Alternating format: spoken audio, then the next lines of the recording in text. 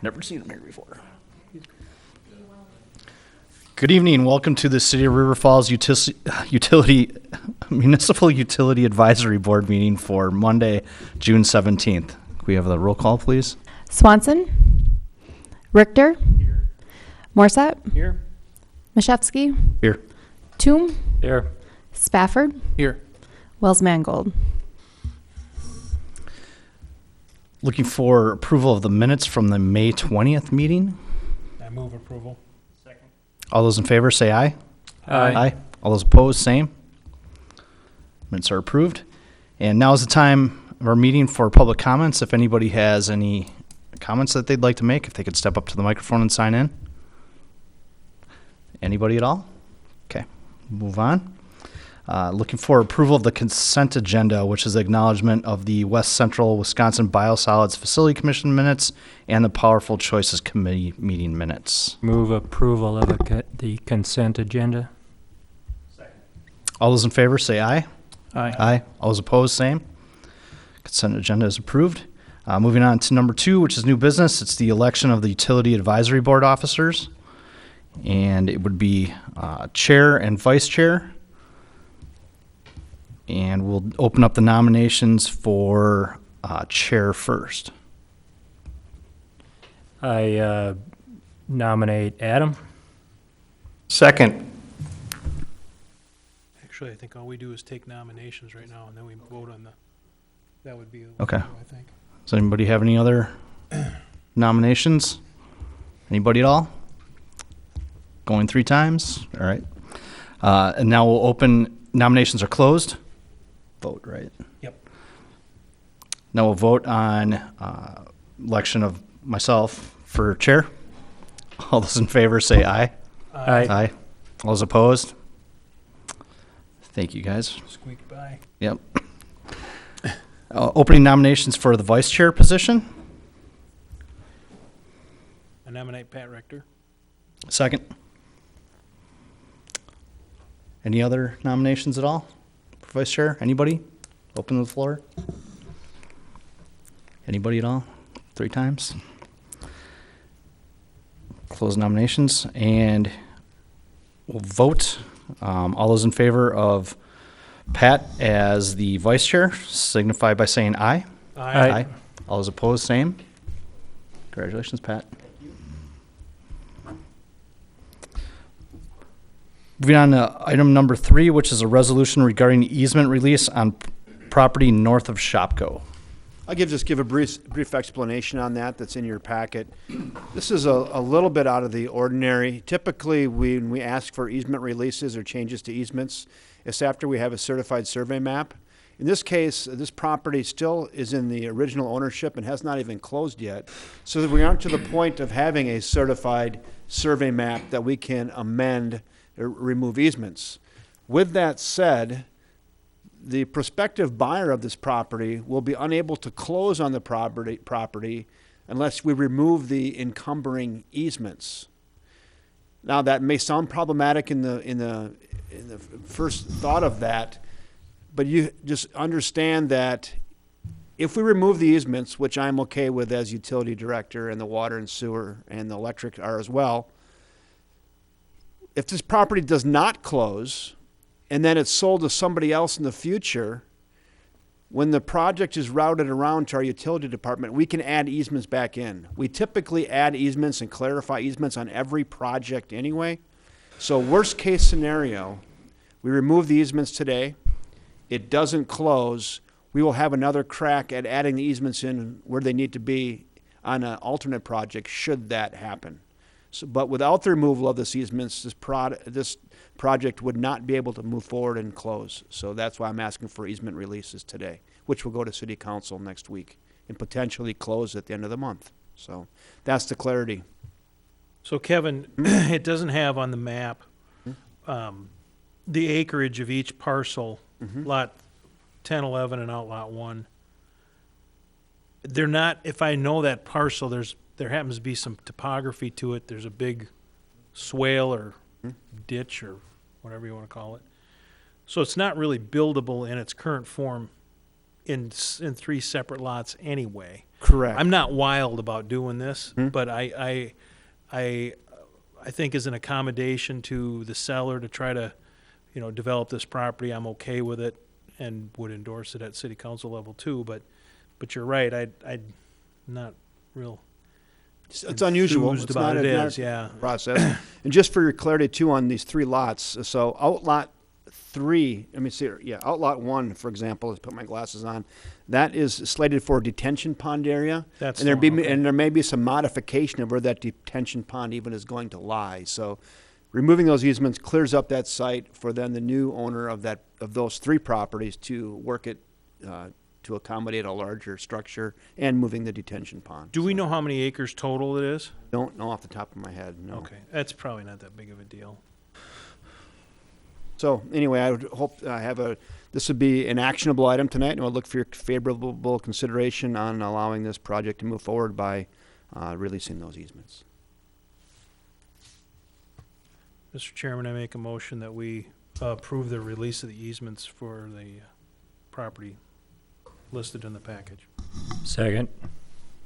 Any more discussion? All those in favor of the resolution, say aye. Aye. All those opposed, same. Resolution passes. Item number 4 is a resolution regarding review of wastewater treatment plant compliance maintenance annual. Yeah, we have Ron Groth, our Report. wastewater superintendent, here tonight to give a little brief summary of our CMAR, which is a fairly good report. We have one spot in the report we've identified last year that even glared a little more severely this year. And Ron is going to talk you through the report card and talk about why it is the way it is and what we're doing to remedy the situation. But overall, good grades, and was one area that we're going to address. So Ron, thank you. Yeah, good evening. Here mostly to answer questions. I think you all had a copy of the report. Like Kevin said, everything is pretty much as it's always been. I mean, our effluent quality, collection system, everything's an A, except our influent BOD loading. Something we necessarily don't have control over. What comes into the plant, I mean, as comes in, we have to treat it. And that's based off of engineered design.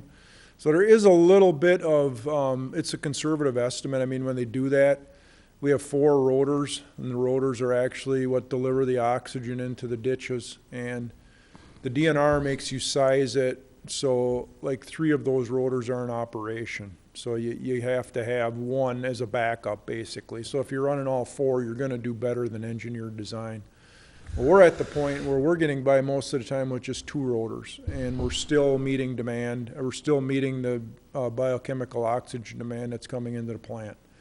So, there's a few reasons for that. There probably was some ultra-conservative engineering done. This is from '79 yet when these rotors were initially installed. But then there's also things like in the winter, the saturation of water, the oxygen saturation level of water increases. So as the water cools off, it can actually hold more oxygen, so it doesn't take as much aeration to maintain the same level of oxygen in the water.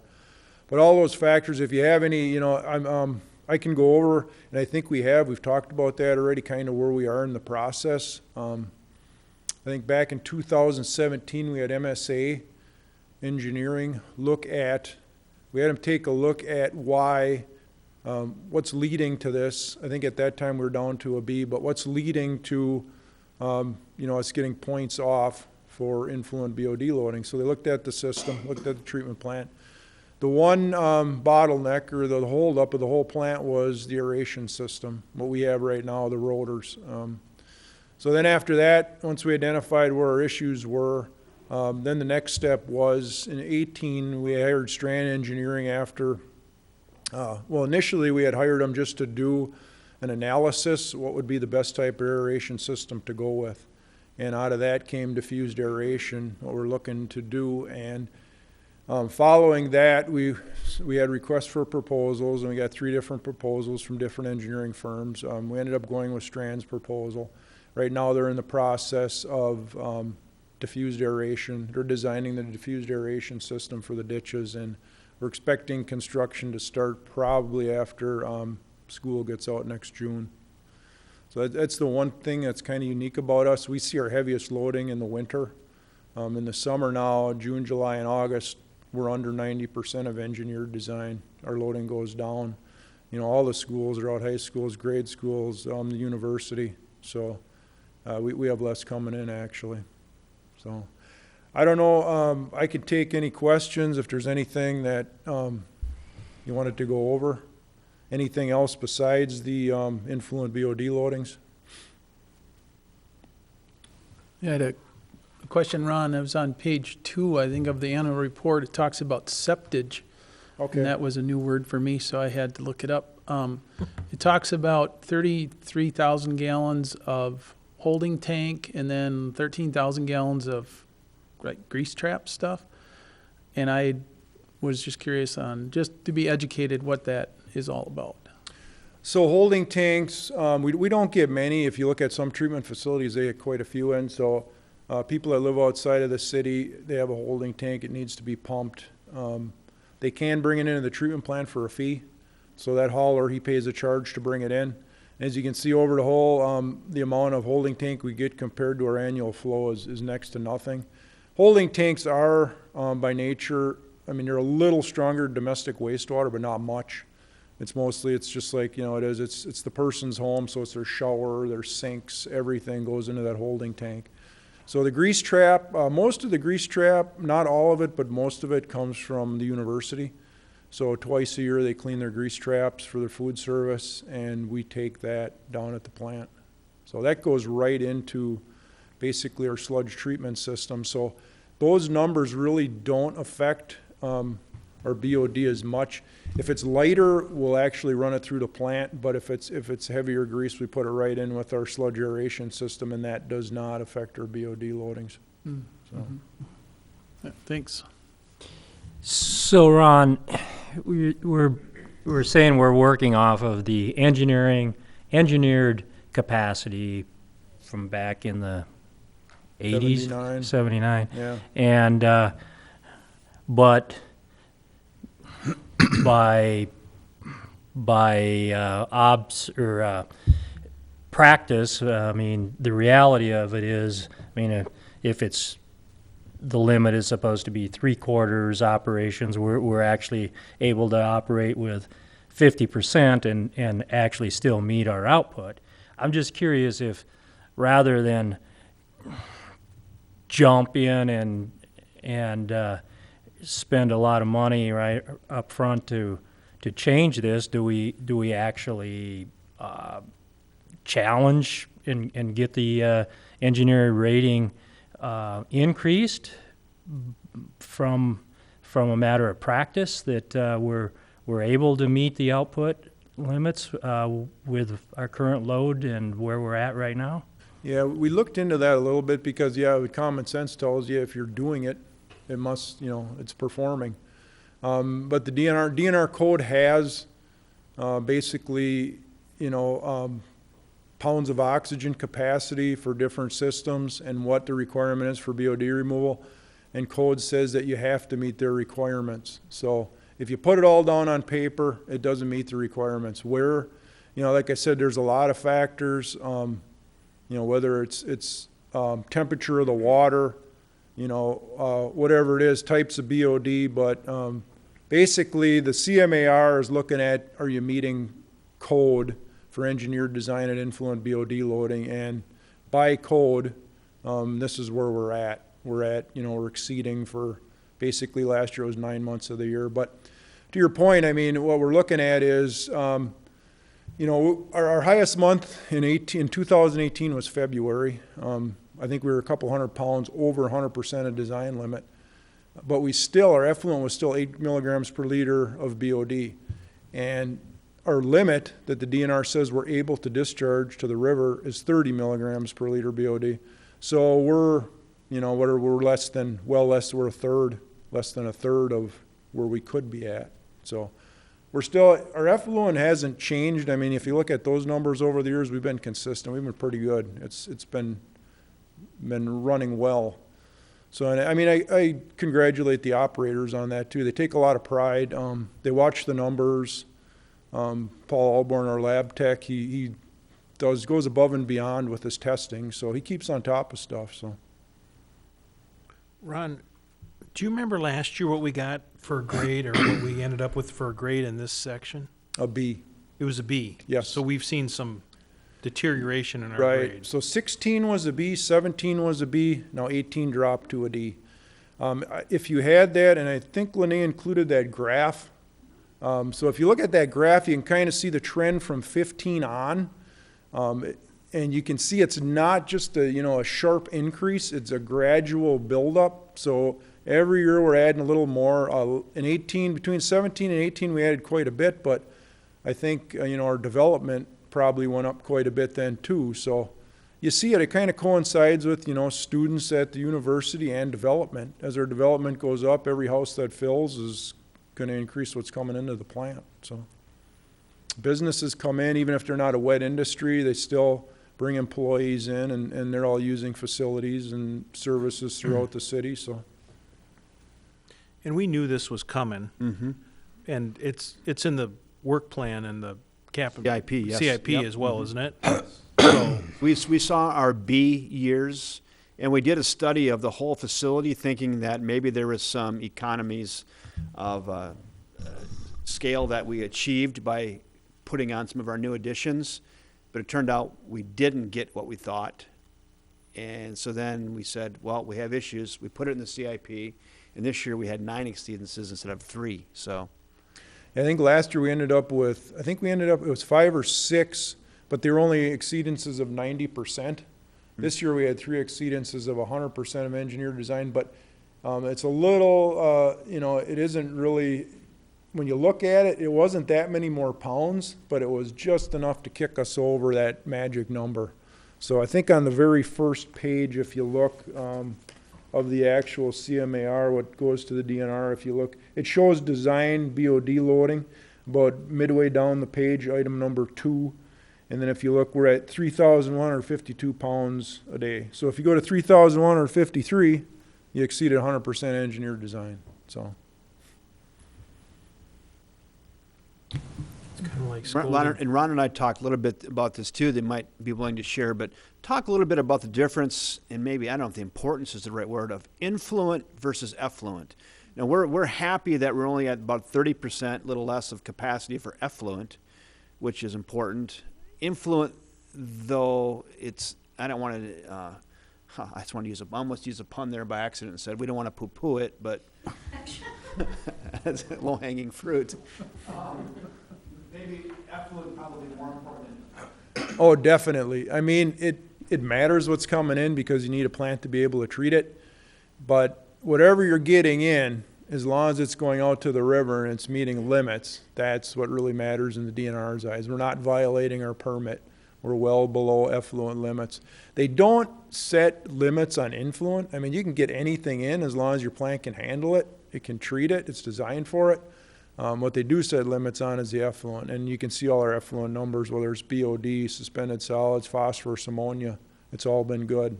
So. But with that said, and the reason the CMAR is done, this is an indicator that we have a shortfall in our system. Right. And we did when we seen it. We started looking, right away. And I mean, it is, we've actually, systems are designed when they're put in a 20-year design. So in 20 years, so that would have been 1999 would have actually, that 20-year design would have been up. So we are well past, we can't, that original design really doesn't owe us anything. 40 years later, it's still operating. So This is the last piece of the puzzle that's yet to be built larger, correct? I mean, the treatment, so much has been built. Right. This is original, but the rest is now larger capacity than it was a few years ago. So we're really just catching up with the rest of what we did. right. So Okay. the other end of this whole BOD removal is our secondary clarifiers. That's where the water from the oxidation ditch goes to. The solids, bacteria settle at the bottom, return to the ditch. But those were increased in size because that used to be kind of a problem. Those were the problem, not the ditch. Those have been replaced. So now we have 2 clarifiers. We only really have to run one of them. They're a lot larger than what the old ones were. So yes, this is kind of the next piece of the puzzle. And past this, if the city keeps growing, and like I said, What Strand looked at was engineered design through 2040. So take us from 2020 to 2040, so that's the next 20 years. After that, once we exceed, our 2040 design, then we're gonna be looking at a third oxidation ditch. So we'd have to, probably similar, same thing as what we have there, as what we have, the two we have now, same size. Design, I'm sure, would be a little different. They've come, design is better than it was 40 years ago, so. You mentioned the rotors. You said there are 4, typically we're using 2. Yeah, Are those the rotors that your crew, like 1 or 2 of them fell down and they put them back up and did repair? yes, yes, there. Is everything in good order and should be stable until construction? Should be. We have one more that we're working on. We're actually in the process right now of getting it all taken out, put back together. So once that's in, then we'll be, we have reserves. So last winter, just to be on the safe side, we actually kept another rotor running. So we didn't have to, when it was 40 below zero, we didn't have to try to start up another ditch. When everything froze up, we let it go and just circulate just to keep it open. So that was more of a safety precaution than anything. We wouldn't have needed to. So not for treatment, but. Just a comment and then a look forward. So a comment, you wonder about how a community is doing. Are you growing? Are you not growing? In a place folks don't often look is to the wastewater treatment plant to see what they're treating, but it's a pretty good indicator what's happening to your population in your community when you see influent loads increasing. I mean, that means there's more people, more toilets flushing. So whether the university's growing, we're growing households, businesses are growing, like Ron said, that's an indicator that your community is growing when those loads are growing. So again, not a spot people usually go to look right away to see how's your community doing, but wastewater treatment plant is a pretty good indicator of that. Well, right. I mean, you look at it, it's an industry standard how many pounds of BOD a single person will contribute throughout the year. So if you're getting that in, it has to mean it's one of two things. It's either more industry, more wet industry, which we don't have a lot of, or more people. And if you look at, it pretty much mirrors the economic recovery. 16 on, you can see that increase, and that pretty much mirrors what you see in development too, I think. So.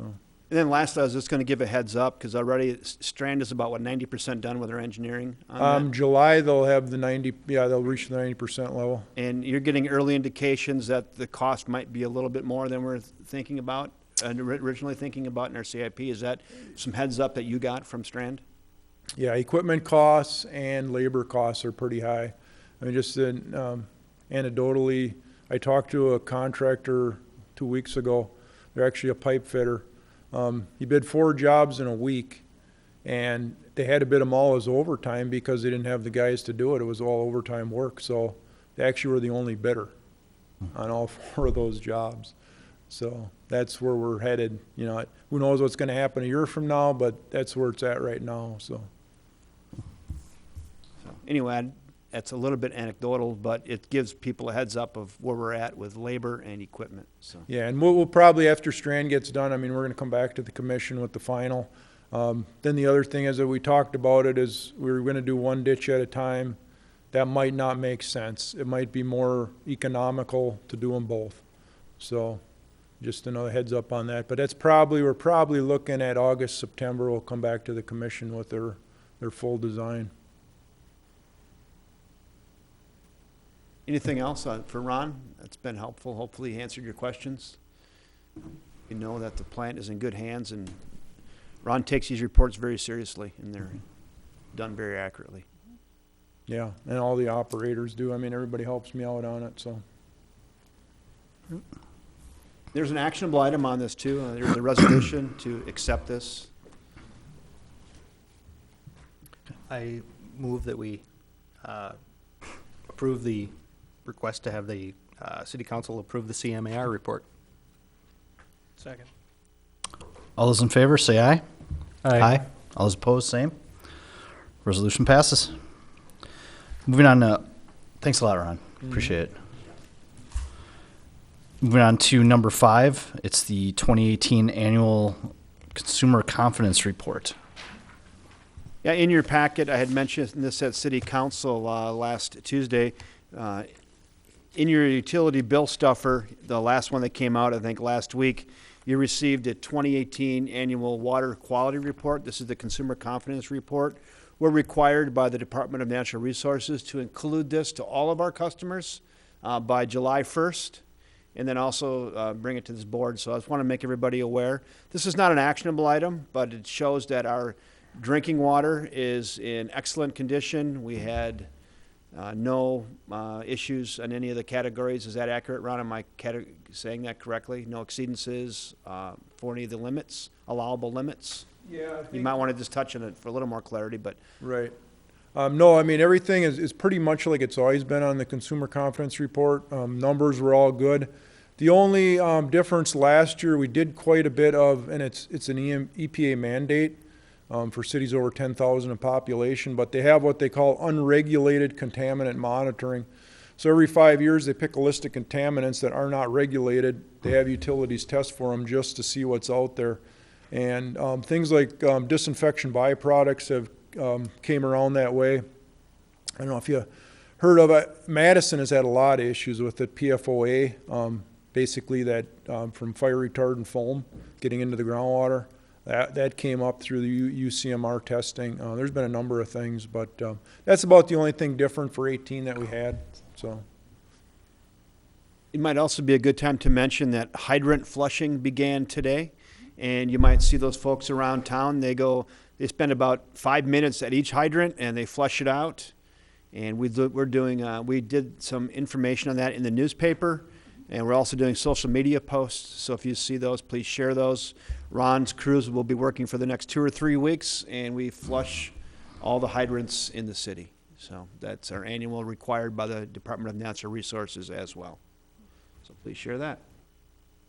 And Kevin, that's a twofold. One is to flush out the hydrant, but two is to make sure the hydrant's working. And Yeah, there's really 3 reasons why we do it, and maybe 4 if you include DNR requires us. That's 1. 2 is to remove sediment out of our system that builds up over time. 3 is to make sure the valves are operational, and 4 is for the confidence for our fire protection and fire department that they know that all the hydrants are working and operational. Gives us a chance to check every one, and if there's any issues, we let them know as well. So there's several reasons why we do it. And again, I'll just remind people, for those at home, if you notice any discoloration in your water, let it run 3 or 4 minutes on cold until it clears, and it'll be fine. Just don't do white laundry without checking that first if they're flushing in your area. Because every year we usually get 1 or 2 loads of whites that turn brown. aren't white anymore. Not white anymore. All right. Anybody else have anything on that? Moving on to item number 6 is Focus on Energy, the year-to-date report. Mike Noreen is here tonight, our Energy Efficiency Coordinator, to talk a little bit about where we're at with our utility incentives and savings. That's in your packet. Some of the good news is, I'll just tee it up for Mike here, but already back into the city of River Falls, we have $58,692.41 back into the community from Focus on Energy. And annually, we send out about just over 50,000. So we're already bringing more money back into the community than we send out on an annual basis. So Mike's can talk a little bit about that. Yeah, good evening, everybody.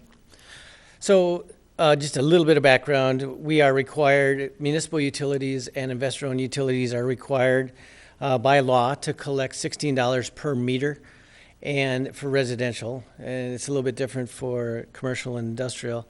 And half of that money goes to low income. Half of that money goes to conservation, efficiency, and renewable energy. We do, with the half of that money, which works out to roughly $53,000 a year, we administer the low-income programs locally, and then the other half we send to Focus on Energy. And that gives us the full slate of programs that they have so that we can offer those to our customers. And it's worked out pretty good so far. So, like I said, we about 53 goes to Focus, and we strive to get $2 back for every $1 that we send out. And what the money that we get back in incentives is just part of the story. There's also the lower bills for our customers, both electric and natural gas. Depending on what measure they take, they have lower bills. They have upgraded mechanicals, so they have better buildings. They have better work environments. We've heard that on numerous occasions that people have liked the working environment with better lighting in particular. And then it gives us good customer interaction when we're working with our customers. We bring value to them. Some of the bigger wins that you see on here, there's some ups and downs to it. One is the Delivering Energy Efficiency Together program through Focus on Energy. It's kind of a behavior change program. It's all conservation. There's no, you cannot, as a school, spend more than $5,000 in a year towards mechanical upgrades. So, which kind of works well for schools that at certain times don't have the money or are waiting for a referendum or something of that nature. So that's worked out really well for the school. So we've got, in fact, Rocky Branch is on the poster and the flyer for Focus on Energy for this one. So they are tucked up there. This flyer is a little out of date. So that dollar incentive is much higher.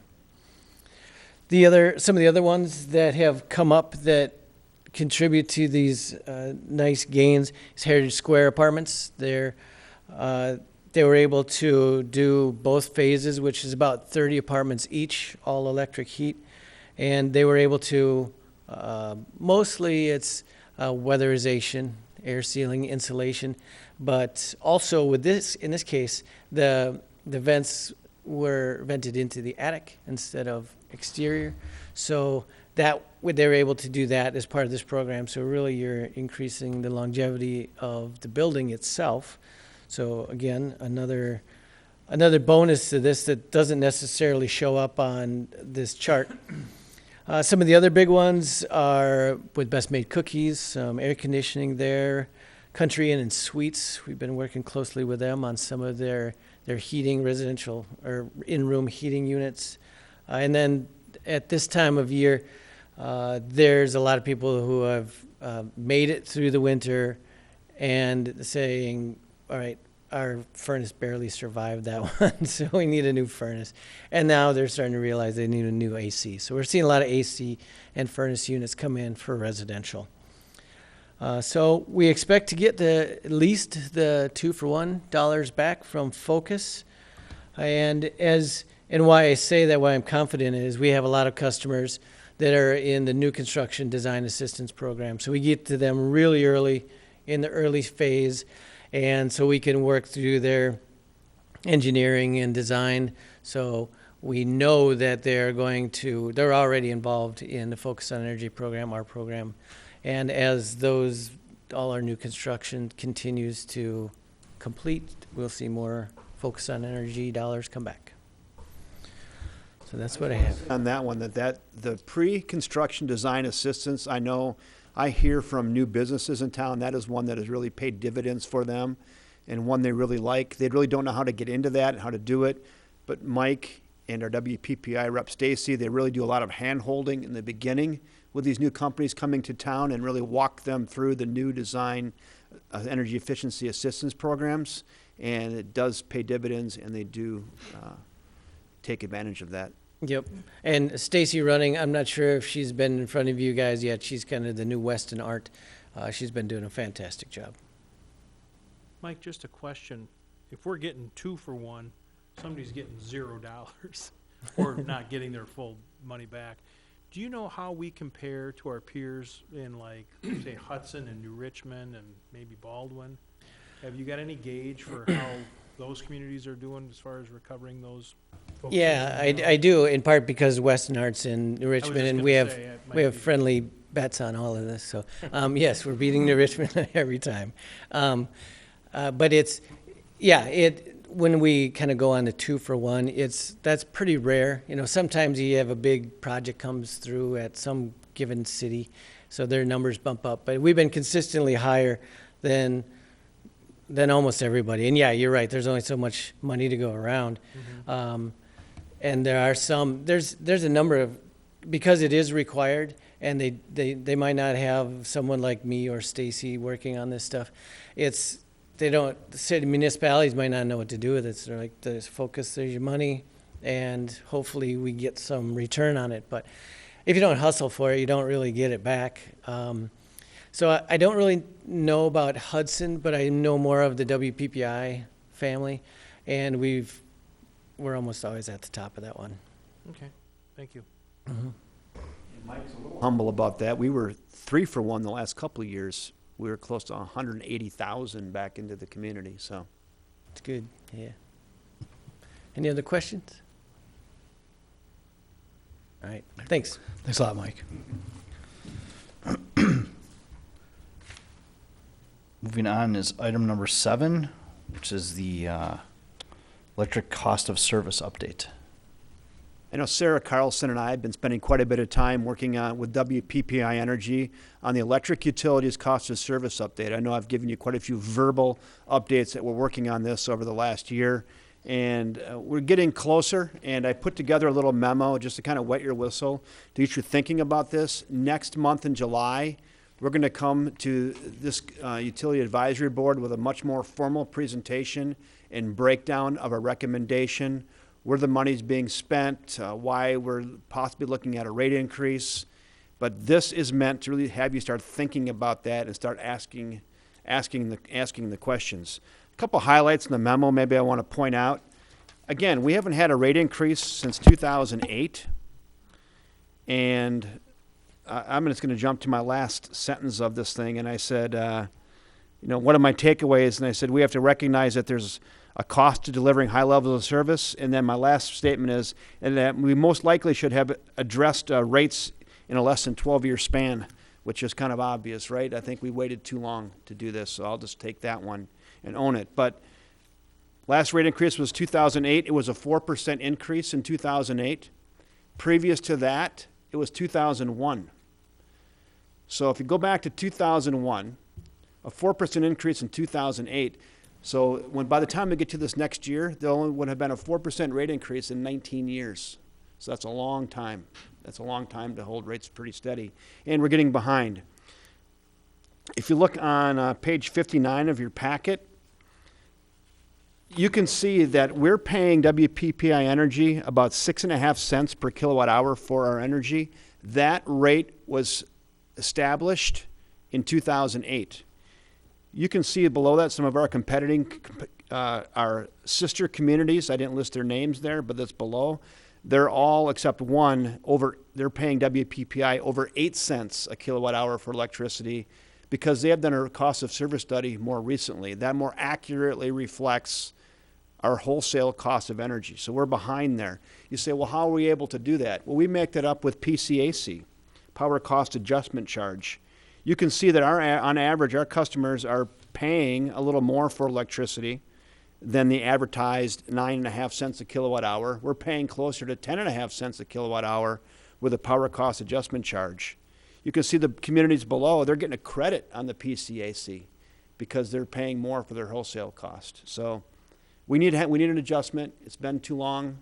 And we're going to come back to you next month with more detail about that.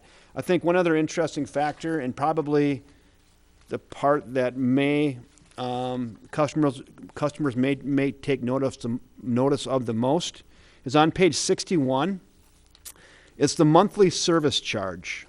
You can see in River Falls, we charge customers $7 a month for a monthly service charge, which represents 24% of our fixed costs. Any WPPI member who's been in for a rate adjustment the last 4 years, they're recovering over 40% of their fixed costs in the monthly fee, which is more in the $13 to $14 a month range. We're at $7.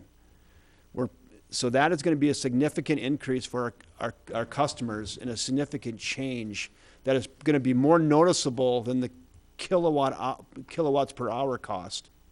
So be prepared that the monthly fee is going to go from $7 north. So when I say 12, 13, 14, it may end up somewhere in that range, and that's where most are falling out today. So I'm just telling you that to kind of prepare you. So how does that compare? I can't remember in here exactly, but I'm going to give you a range so I'm covering myself. But XL Energy, for example, I think they're in the $18 or $19 a month range for customer service charge. REAs are in the $28 to $32 a month service charge range. We're at 7, so quite a bit behind what the industry averages are today. So, but again, since this has been since 2008, when the industry averages were $7, $8, $9, $10, we're falling behind, and that one is probably going to get the most attention, I'm guessing. So anyway, we have some catch up to do. So Kevin or Sarah, is it conceivable that this will be neutral if we adjust the monthly charge, but we get rid of the PCAC or lower the PCAC? The Could it be PCAC neutral, or is it for sure going to be across the board increase? The PCAC will flatten out. So let me try to explain that again. So right now our advertised rate, if you look on our website, is 9.6 cents per kilowatt hour. Mm-hmm. When in actuality, our customers are paying 10.5 cents a kilowatt hour, Right. because we add the PCAC on depending on what we're purchasing power for each month. It's probably going to look like a more of a kilowatt hour cost, maybe more in the, like the 11 cents range. So it's going to go up. It's going to look like a drastic increase from our 9.5 cents, but really off of what people are actually paying, it's not going to be quite as dramatic. Okay. And then we'll get into more nuts and bolts on that. So when you see, you look at our advertised rate, and then you say, well, what's the new rate? You're going to go, wow, that's quite a bit. But then we can say, we know exactly what people have been paying. It's been 10.5 cents, 10.55 cents a kilowatt hour. It's going to go north of that a little bit, but it's not going to be nearly as dramatic than what is off of our advertised rate. But the flat rate probably going to go up. Monthly rate's probably going to go up as well. That's a heads up. And again, we're going to be presenting that. The process is this. We want to kind of get it through the Utility Advisory Board. You folks comment on it, kind of endorse what we're doing. It'll go to council. We'll kind of go through the same process. We'll go to the Utility Commission, Public Service Commission, PSC, in Madison in possibly August. That'll be a 12 to 14th month process. In mid-2020, we'll hear back from them what they're going to recommend. So it's a long process. They're going to put it in the meat grinder. And the word I hear from Madison is, the longer it's been since your last rate adjustment, the longer it's going to take. So they come here and they do the full examination of our finances and whatnot. So that's the process. Then we will come back to you in mid-2020 and say, here's what the PSC is recommending. Here's what came out of the cake mixer. Sounds about as efficient as the DOT. So that's where we're at. That's the process. I'm not going to say it's all roses, but it's been a long time and probably not keeping up with inflation, but nobody remembers that for 12 years we didn't have an increase. Nobody's going to remember that, and we won't expect anybody to, but that's a fact. Mm-hmm. My takeaway, my number one lesson is that it will never happen again to go that long. And I've been here 6 years, but I think every 3 years we should be looking at cost of service. Are there any questions at this time? Sarah, our eye on that, other than kind of where we're at? Thanks for your... Moving on to item number 8, which is the finance report. Great. Finance Director Sarah Carlson, thanks for being here tonight. You're welcome. I'm going to touch on a couple of the highlights, but then I'm happy to take any questions that you might have. We're going to start with the electric fund. So our year-to-date revenues are $5.2 million with expenses of $5.4. So we're losing a little bit of money here, and partially that's because it's a cooler May than what we've seen in years past. So we're running less air conditioning and those sorts of things. Cash and investment reserves are at $5.2 million. And I know that there was just a couple of questions around the amount of cash we're sitting on, and so just wanted to put some comments around that. From our standpoint, we'd like to have 3 months worth of operating expenses in cash, and we run typically about $1 million a month, so that's $3 million. In addition to that, we have a couple big capital projects that we're going to use this cash to spend, and that's our AMI project. That's roughly $2 million. So if you add those components up, that's essentially what our cash is designated for. But on paper, it's a healthy amount of cash, especially when we're talking about rate increases. In terms of just expenses, we are seeing some increase in expenses. Now that's, again, Part of that will get capitalized as we complete projects, and so those expenses will come off and go into our capitalized projects. The water fund, pretty consistent. There's not a whole lot of additional things happening this month compared to last month. We're making money in water. We're seeing a decrease in gallons used, so just because it's cooler weather, we're also not seeing a lot of people irrigating their lawns, so we're not seeing as much water usage as we did last year. Sewer fund, year-to-date revenues of 1.5 million, year-to-date expenses of $1 million. Again, have a good chunk of cash sitting there, but that's partially that is restricted based on DNR requirements, and then it's also for capital projects that we're going to be using going forward here. And then for stormwater, $250,000 in revenues with expenses of $190,000, about $500,000 in cash. I'm happy to take any questions that you might have on the financials.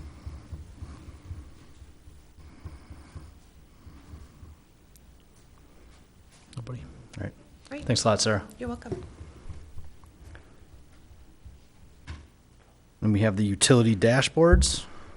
I can just build on, I think the dashboards reflect kind of the numbers we see. We've had a cool, wet spring, and if you're kind of like me and most people, I don't know if you've had your air conditioning on yet and probably haven't watered your lawn too much. So those are reflected in revenues for our electric and water utility. And I get our wholesale bill from WPPI, and I couldn't believe how low it was this month. That's an aggregate of our whole community. And it reflects that people are not air conditioning and whatnot. So good for the customer. Nice weather to be doing work outside at 72 degrees. Mm-hmm. I think these numbers in the dashboard reflect that. So that's why I bring that up. Other than that, I don't have any other comment on the dashboards. Okay. Does anybody have any questions? Okay. Moving on, the monthly utility report. Really, other than what Wayne is going to talk about next and about our outages at Highview Meadows, I think I'll just put that under utility reports. Wayne's going to talk. We had an outage. Were any of you affected by the outage up on Highview Meadows? We had a windstorm about 3 weeks ago. We had about 250, 300 customers out. Anybody affected? Scott, you're real close. I was close. It was the people across the street from me, but not me. How do we get it up So, there? Linnea, can you help Wayne get that? It's up here, but it's not up on the screen. So Linnea's getting Wayne set up.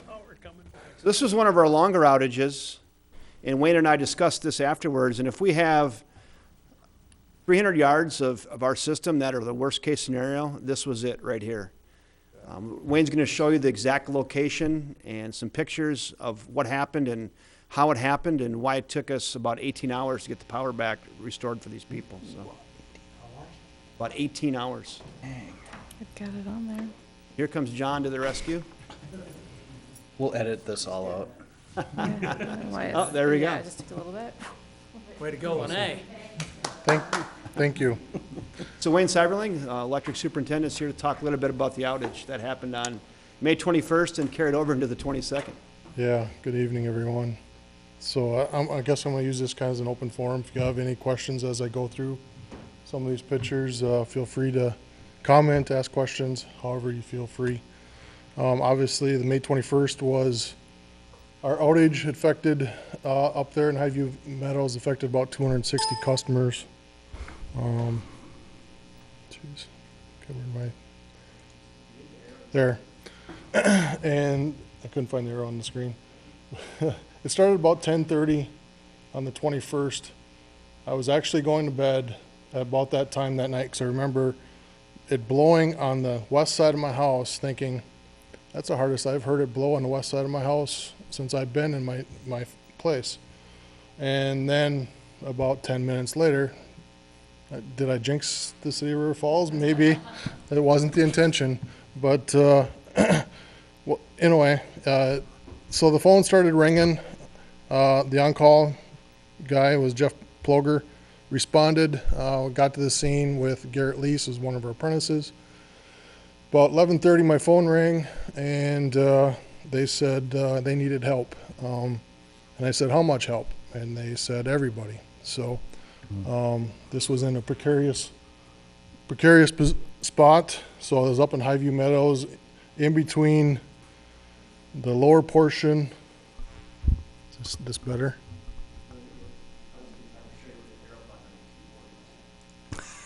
Okay, there, thank you. So as you can see, there's some guys already working on it in daylight, but as we got everyone in, roughly, the latest one was there about 2 a.m. You can see some of the poles that were leaning. We had 2 poles that were leaning. One was broke, 2 cross arms broke as well. We had an oak tree that come across this 3-phase line up in Highview in the middle of the woods in the valley that tore down 2 of the four lines.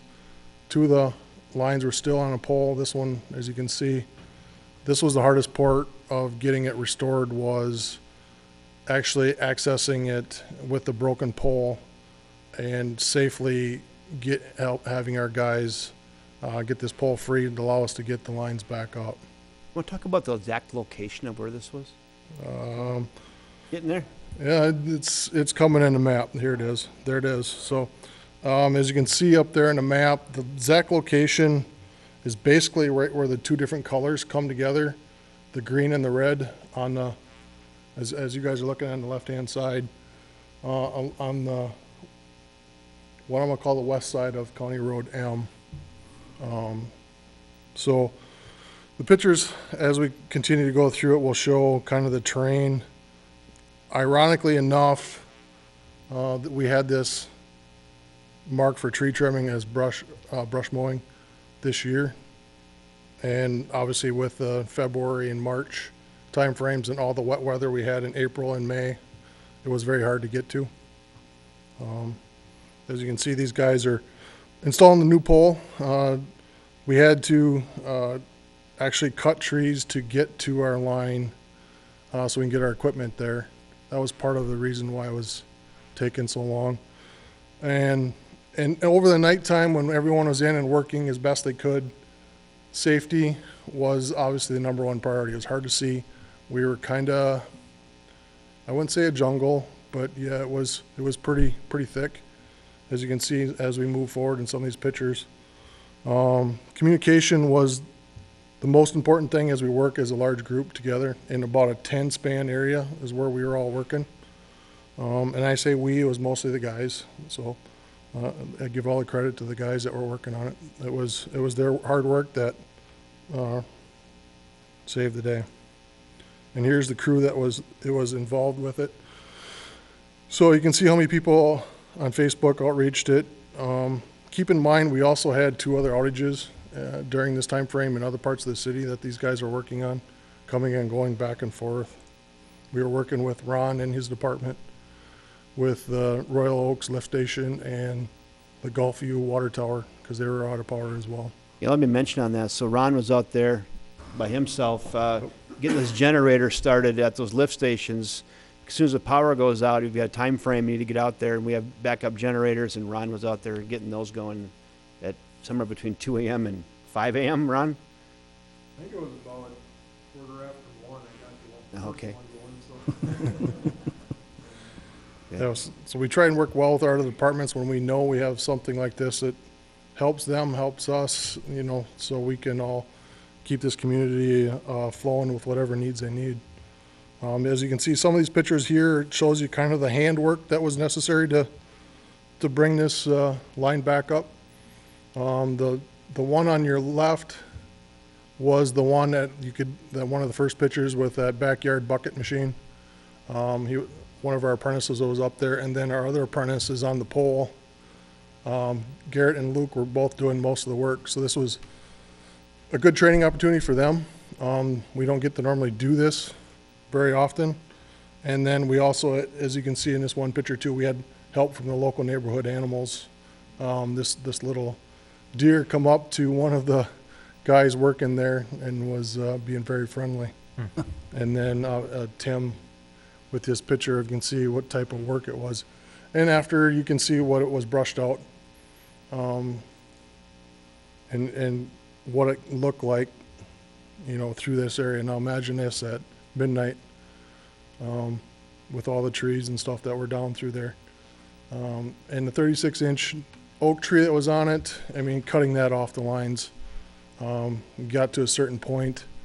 I want to emphasize the safety that the crew took and worked together. As soon as they got to a certain point, they called up everyone, and before the last cut, before the lines would free themselves, it was a shock to the system. And thankfully it didn't ruin anything else, because it was so remote, it was hard to get other equipment down there to control the wire. There was so much pressure on it. So, okay, where'd it go? And then besides that, we had some broken insulators. As you can see, one of our journeymen was up there climbing it, replacing it as well. In that same picture in this last one, it was looking back towards town. So this was kind of at the end of it. It was a long day for the guys. And then this was a community effort. As you can see, the tractor helped restore that pole, because the guys actually pulled out of the ground up there by the Williams farm up there on top of the hill. We have yet to replace those guys because it's been so wet. We can't get our digger truck back there to reinstall these anchors. So thankfully, Mr. Williams has been really good to work with. We've touched base with him a few times. We could get a piece of equipment in there, but we'd be tearing it all up, and he's been understanding and very helpful. So and just a couple more pictures that you can see after the line has been up here. This was late on the 22nd. It was around 3 p.m. when these lines started getting back up. These guys, I can't say enough. Try to get them to eat more, try to take care of them better, but all they wanted to do was work. They worked from basically all night, little bit of a lunch, and got supper after we were all done. So my hat's to them. I've said it to them many times. It was a good learning experience for our crew. It was a good learning experience for myself, realizing how vulnerable certain areas can be. And we've already had discussions with our consulting engineer and doing some planned outages, and look at our focused areas where we need to focus maybe more money in the future. As I look at Sarah. So if there's any questions, thoughts. I'm just curious who put this presentation together. I was gonna say Lene. All right. Yep. But all these pictures were from the crew as throughout the day as they were taking it. Wayne, I had some comments, and I did get some calls, but people were very understanding. Yep. I don't think there was anybody who was really upset about the time when they figured out what it really was involved with. But I had a good question from a citizen. Yep. And his question was, well, what happens if we would have had like a tornado come through? Yep. And so I told him a little bit about mutual aid. Yep. Was this a situation where we were considering calling in mutual aid, or would it have helped speed it up, or? Well, we could have. Yes, I reached out to local utilities, see how busy they were, see if they were affected by the storm. They said that they could come if we were available. I kept in communication with our crew. They kept saying we can do it. Next time, they're such a gung-ho and good crew that sometimes you gotta just say, no, we're calling someone else in. Something like this happens again, yeah, I'll definitely call in the local utility and help us out. Mutual aid, yeah. It seems like we had, I know we did a tree trimming plan down in the Rocky Branch area and discovered a few citizens built into the easement a couple things, but Right.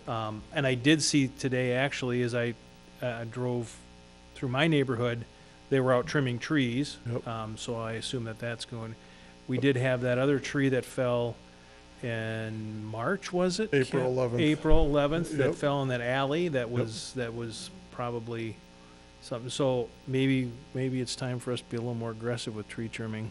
That's a great point, and when we do trimming, we're on a 3-year rotation on our transmission lines, and we do major distribution line trimming as well. And nobody likes it, right, when you come through and trim, but this reemphasizes the seriousness and why we do it. Mm-hmm. the National Energy Regulatory Commission, NERC, requires it on transmission. They'll come and inspect your lines. I think it's probably about a dozen years ago. I'm missing it by 3 years either way. But about a dozen years ago, there was a widespread power outage in the northeast part of the country and in Canada. And it was like 5 million customers were out of power. It was all due to a tree in an untrimmed area that Right. tripped a bunch of circuits, and it was a cascading effect and took out 9 states and part of Canada. So then, since then, NERC was developed, and they oversee and require utilities around the country to trim, and they have a fairly aggressive trimming program to prevent things like this and like these widespread outages. So nobody likes it when you're trimming, but nobody likes to be out of power either. And this tree would have been out of the trim zone. It would have been. Because it was such a high oak tree, it fell into the trim zone. So that's why we trim back a ways and trim down. So it can good time to reemphasize. There's a reason why we do it. It's not always fun and pretty when we're doing it, but nobody likes outages either. So thanks for that, Scott. Yeah. And I think citizens, I don't know how we say this, but I think we've almost done too good of a job because they haven't had many outages, and this is kind of a reminder that it does happen and how hard the crews work. I saw them literally as they threw the switch and were just right at that underpass Yep. in my neighborhood, and they looked haggard. They looked tired, and I stopped and talked to them for a few minutes and told them I appreciated their work and everything else. And I know a lot of citizens did, so. Yeah. Yeah, and then maybe Wayne touched on it, but I just want to reemphasize. In the middle of the night, you're out there in the pitch dark, the rain, the wind, you can't see. You're walking down swampy ravines. You can't get your trucks in there, so you're hand-carrying tools and harnesses and saws and ladders. I mean, it's not like you're taking the bucket truck down in there. You're carrying stuff down in there and climbing in the middle of the night with a headlamp on, trying to be safe, Right. but yet work quickly enough to get people back on. It's not an easy job. Why don't these things ever happen on the beach at 2 PM? Just- Literally, when I told the crew that we had a backyard bucket machine coming, is when their spirits picked back up, because they were starting to slide into a funk of all the hard work that they were doing and what we had to do yet. So when we finally, and that was part of the emergency management plan I've been trying to get together, but still working on. Wayne, where did you secure the backyard? 5:15 in the morning.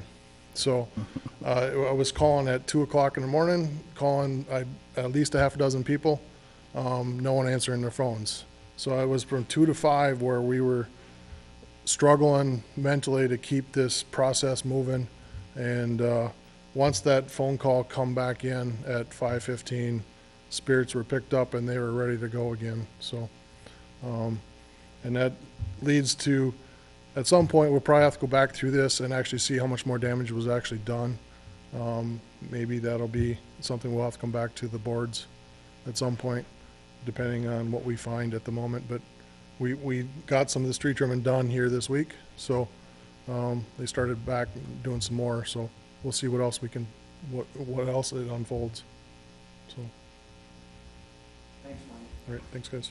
Thank you. Lastly, I think Lenny also has some stuff teed up for me on the overhead projector, so I'll go over it.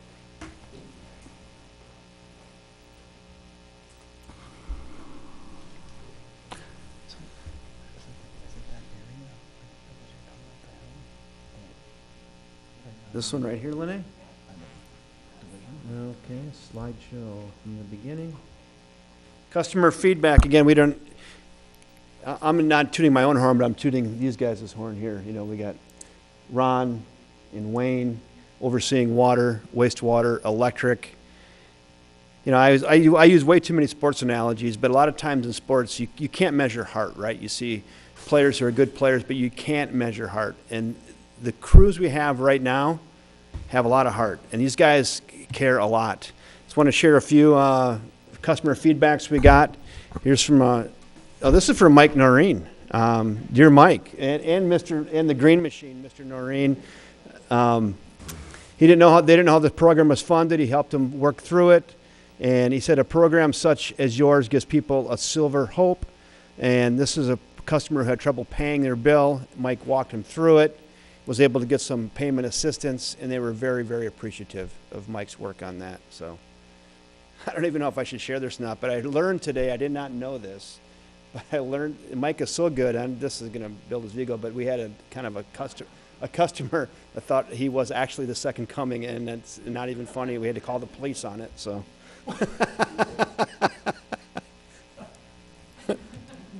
So, I just learned about that today. I didn't even know when that happened, but here's one for our 2 meter guys, Brian Hatch and Virgil Johnson. Gentlemen, kudos to our River Falls Municipal Utility employees.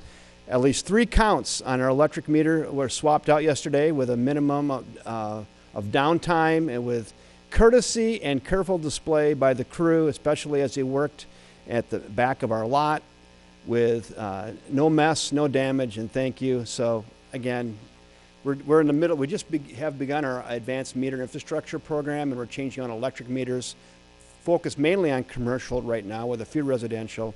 But all of our customers are probably going to get a chance to see Virgil and Brian, and real nice to get out of the gate with a nice recognition letter of their courtesy. So, customer from Meredith Circle in River Falls is one of the homes impacted by the power outage. Wanted to take a moment and thank the crews for their hard work and dedication to restoring power in a timely manner, giving the magnitude of the outage with the terrain. Having worked in electrical construction industry for over 20 years, I know firsthand that people may not always realize the dangerous nature of being a lineman, and then that causes frustration at times, and we're faced with. So the person there just wants to say thank you for the work on that outage Wayne explained. Some more customer feedback from Facebook, nice things they say. Here's what we've learned about Facebook too. I think we're to the point now, a lot of utilities don't use social media because they're afraid that customers are going to say negative things about them. Well, we've branched way past that now, where we call what we have raving fans. We don't have to interject because a lot of our customers interject for us, and they just cut people off and they get kind of crazy. There was one trolling customer on there who said this was a conspiracy to install the 5G network in the middle of the night. So No, it wasn't me. it's all a conspiracy. So you get some weird stuff. As far as you know.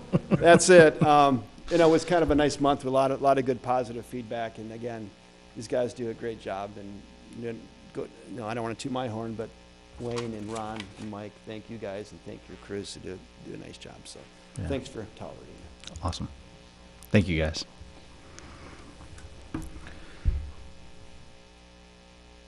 I think that's everything. Make a motion to adjourn.